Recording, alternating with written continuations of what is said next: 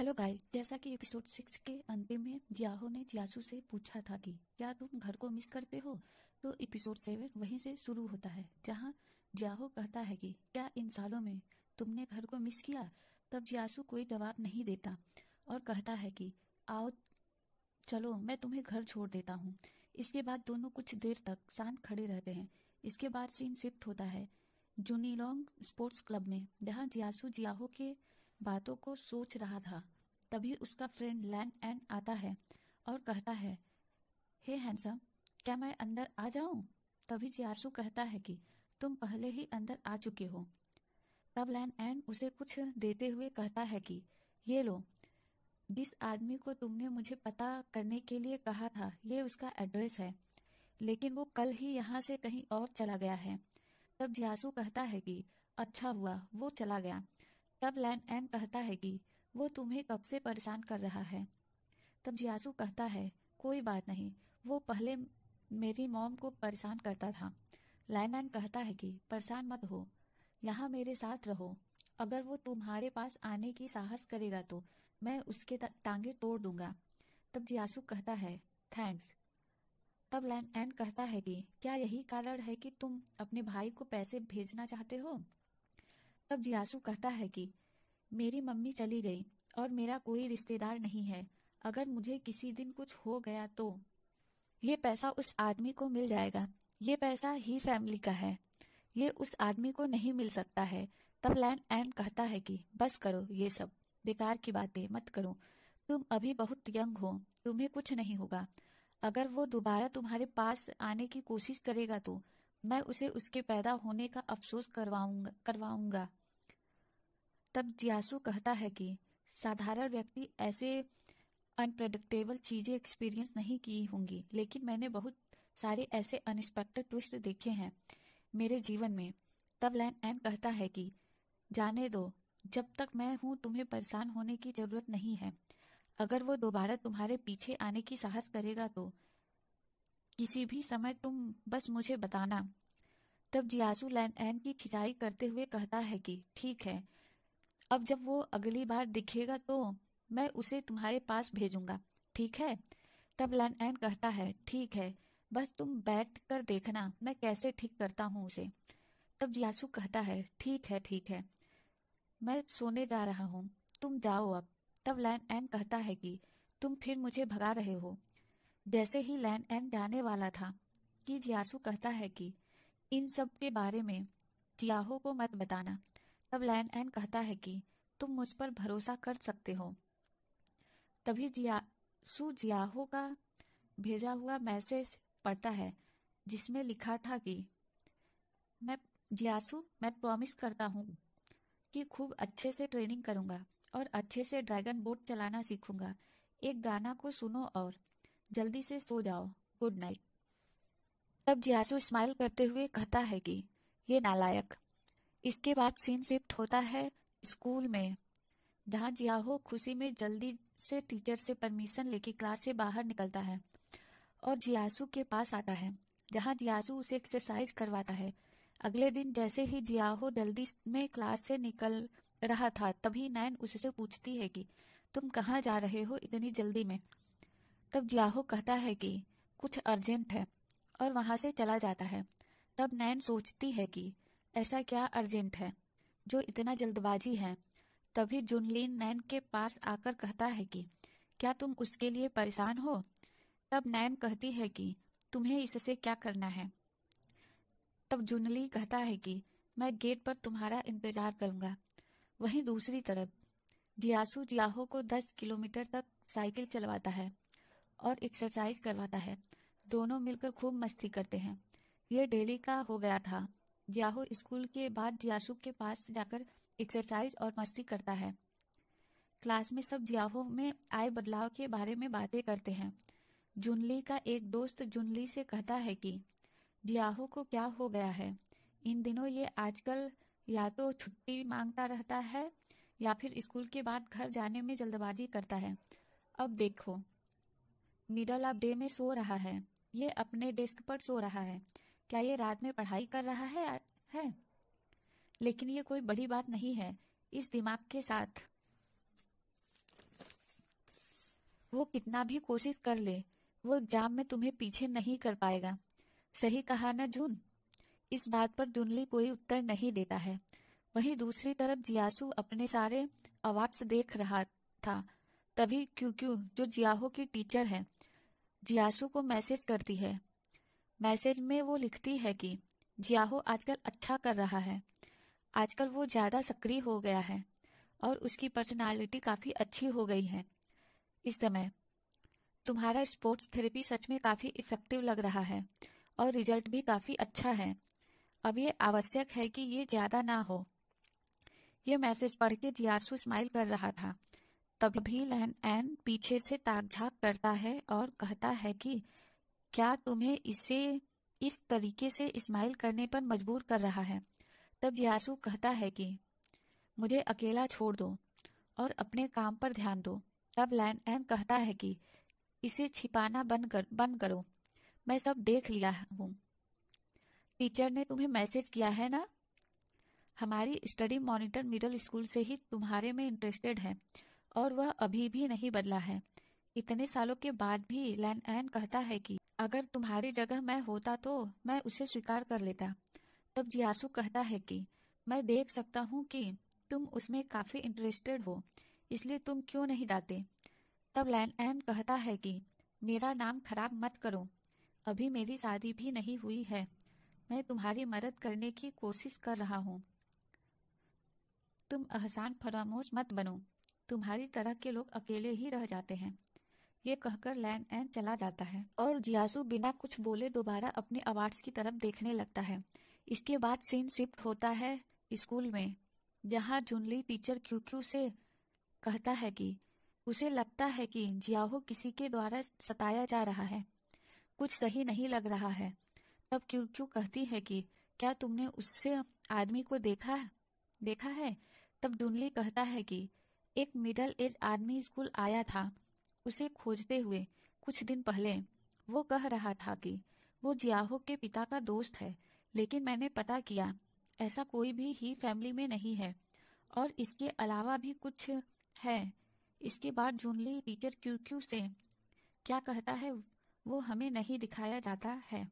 उसी समय नैन भी आ जाती है और दूर से उनकी बातें सुनती है। इसके बाद जियाहो जल्दी में स्कूल से निकलता है और ऐसा दिखाया जाता है कि कोई स्कूल से ही उसका पीछा कर रहा, और ये बात जियाहो को भी पता चल जाता है और वो एक जगह छिपकर अपने पंचिंग के साथ खड़ा हो जाता है और जैसे ही वो पीछा करने वाला पास आता है वो उसे खींचकर एक पंच देता है। लेकिन आश्चर्य की बात ये होती है कि वो और कोई नहीं अपनी नैन होती है। ये देखकर जियाहो सरप्राइज हो जाता है और नैन को सॉरी बोलता है और कहता है कि मुझे नहीं पता था कि ये तुम हो। तब नैन कहती है कोई बात नहीं। जियाहो एक बार फिर से सॉरी बोलता है। तब नैन कहती है कि मैं ठीक हूँ, थोड़ी सी रेस्ट के बाद सही हो जाऊंगी। वहीं दूसरी तरफ वो मिडल एज आदमी ये सब दूर से देख रहा था। जियाहो नैन को आइस पैक देता है यूज करने के लिए और सॉरी बोलता है। कहता है कि उसे नहीं पता था कि ये तुम हो, उसे लगा कोई बेकार आदमी है। तब नैन कहती है ये बहुत ज्यादा का था और पूछती है कि मेरा सर फूट तो नहीं गया है। तब जियाहो कहता है कि नहीं। तब नैन राहत की सांस लेती है। तब जियाहो कहता है कि आजकल उसका कोई पीछा कर रहा है और उसके बारे में पूछताछ कर रहा है, इसलिए उसने ऐसा किया। तब नैन कहती है कि मैं ये सब नहीं करती, मैं वो नहीं हूँ। तब जियाहो कहता है मैं जानता हूँ, लेकिन तुम मुझे क्यों फॉलो कर रही थी? तब नैन कुछ देर तक सोचने के बाद कहती है कि वो अपने घर जा रही थी, एक ही दिशा में। तब जियाहो कहता है कि लेकिन तुम्हारा घर तो उस दिशा में है। तब नैन सोचकर कहती है कि वो नदी की सैर करना चाहती थी और अपना दिमाग फ्रेश करना चाहती थी। क्या इसमें कोई गलती है? तब जियाहो कहता है कि कुछ नहीं। तब नैन कहती है तुम यहाँ नदी के किनारे क्यों आए हो? क्या तुम भी ताजी हवा लेने आए हो? तब जियाहो कहता है हाँ। तब नैन उसे शक की नजरों से देखती है और कहती है क्या नहीं तुम यहाँ किसी से मिलने आए हो? तब जियाहो कहता है नहीं। तभी दोनों की नजर अपने क्लास टीचर क्यूक्यू पर पड़ती है जो जियासु से मिलने आई थी।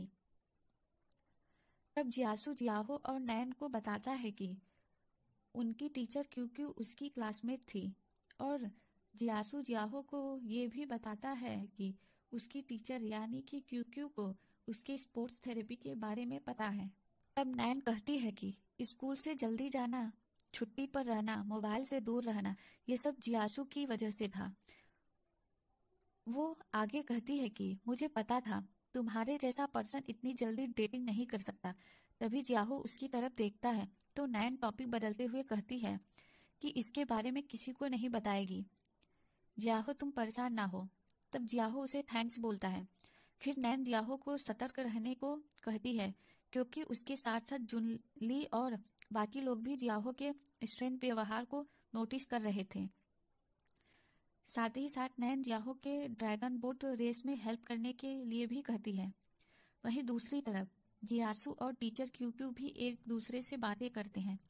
क्यूक्यू जियासू से कहती हैं कि वो उससे इसलिए कांटेक्ट की क्योंकि उन्हें लगता था कि वो जियाहो की हेल्प कर सकता है, ना कि इसलिए कि वो उससे बात कर सके। तब जियासू कहता है कि तुम अब ज्यादा बातें करने लगी हो। इसके बाद सब जियाहो को एक्सरसाइज करवाने जाते हैं। वहीं नैन भी घर आने जाने को रेडी नहीं थी। इस पर जियासू जियाहो की खिंचाई करता है और कहता है कि लगता है नैन तुम्हारे में इंटरेस्टेड है। इसके बाद जियासू जियाहो को एक्सरसाइज करवाता है और नैन और क्यूक्यू आपस में बातें करते हैं। इसके बाद सीन शिफ्ट होता है पुलिस स्टेशन में, जहां जुआन आई थी और वहीं पर फैंग नाम की ऑफिसर थी।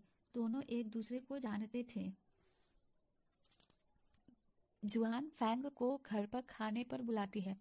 वही फैंग कहती है वो जरूर आएगी और मिस्टर ही से भी मिलेगी। इसके बाद वो कहती है कि तुम्हारी भाभी की डेथ हो गई थी तो तुम्हारा नेफ्यू यहाँ पर घर की चीजों का रजिस्ट्रेशन करवाने आया था। तब जुआन आश्चर्य से कहती है तुम क्या बात कर रही हो, मेरी भाभी बिल्कुल ठीक है, वो घर पर है, बेकार की बातें मत करो। तब फैंग कहती है नहीं, मैं तुम्हारी दूसरी भाभी के बारे में बात नहीं कर रही हूँ, मैं तुम्हारी बड़ी भाभी और बड़े भतीजे के बारे में बात कर रही हूँ। तब जुआन कहती है जियासू। उसके बाद जुआन घर आ जाती है और फैंग की बातों को याद करती है कि जियासू अकेला हो गया है, उसकी मॉम पर मर चुकी हैं। ये सब इसके बाद वो जियाहो के बारे में पूछती है तो जियाहो की मॉम कहती है कि वो एक्स्ट्रा क्लास के लिए गया है।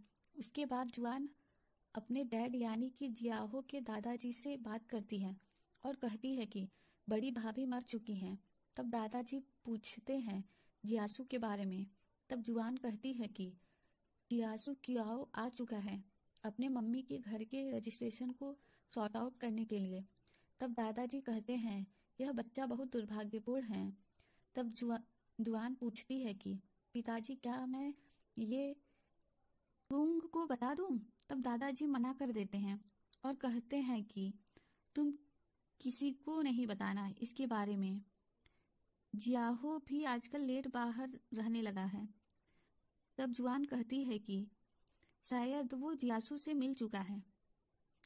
वही सीन शिफ्ट होता है जुंजीलोंग स्पोर्ट्स क्लब में, जहां सब डिनर करके निकलते हैं। वही नैन कहती है कि वो जियाहो के ट्रेनिंग में उसके साथ रहेगी। वहीं दूसरी तरफ टीचर क्यूक्यू भी जियासू से कहती है कि वो जियाहो की फैमिली से कह दी है कि जियाहो का एक्स्ट्रा क्लास है। इसके बाद जियासू टीचर क्यूक्यू से पूछता है कि वो घर कैसे जाएंगी तो नैन कहती है वो अपने बाइक पर उन्हें ले जाएंगी। इसके बाद नैन और क्यूक्यू वहां से निकल जाते हैं और जियाहो जियासू के बाइक पर आके बैठ जाता है। तभी नैन जियासू से पूछता है कि तुम्हारे और स्टडी मॉनिटर यानी कि टीचर क्यूक्यू कौन से स्टेज पर हो। तभी जियासू कहता है गेट लॉस्ट, तुम्हारे साथ क्या दिक्कत है। तभी जियाहो बाइक के पास से चिल्लाता है कि वो तैयार है।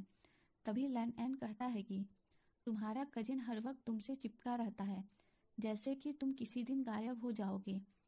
तब जियासू कहता है कि सच में तुमको कोई दिक्कत है। यह कहकर वो वहां से जाने लगता है। तब लैन एन कहता है ड्राइव सेफ। तब जियासू कहता है वो जानता है। इसके बाद जियासू जियाहो को घर छोड़ता है। इसके बाद सीन शिफ्ट होता है अगले दिन, जहाँ जियाहो एंड जियासू रेस्टोरेंट में खाना खा रहे थे। वहीं पर जियाहो अपने लिए ड्रिंक सर्च कर रहा था। तभी मिडल एज्ड मैन आकर कहता है क्या तुम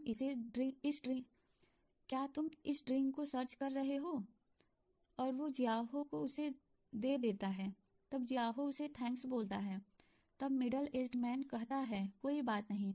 फिर जियाहो ड्रिंक लेकर अपने टेबल पर आ जाता है और जियासू को बताता है कि ये लास्ट बॉटल था, एक काइंड मैन ने इसे दे दिया है। वो हैंडसम था, फ्लोरल शर्ट्स पहना था और उसने अपने बालों में तेल लगाया था। ये सुनकर जियासू के चेहरे का रंग उड़ जाता है और वो उसे खोजने लगता है। तभी पर्दे के पीछे से वो व्यक्ति जियासू को बाय बाय बोलता है। यहीं पर एपिसोड 7 खत्म हो जाता है। अब ये है कौन, इसके बारे में तो आगे के एपिसोड में ही पता चलेगा। इसके लिए आप चैनल को सब्सक्राइब कर लीजिए। Thanks for watching.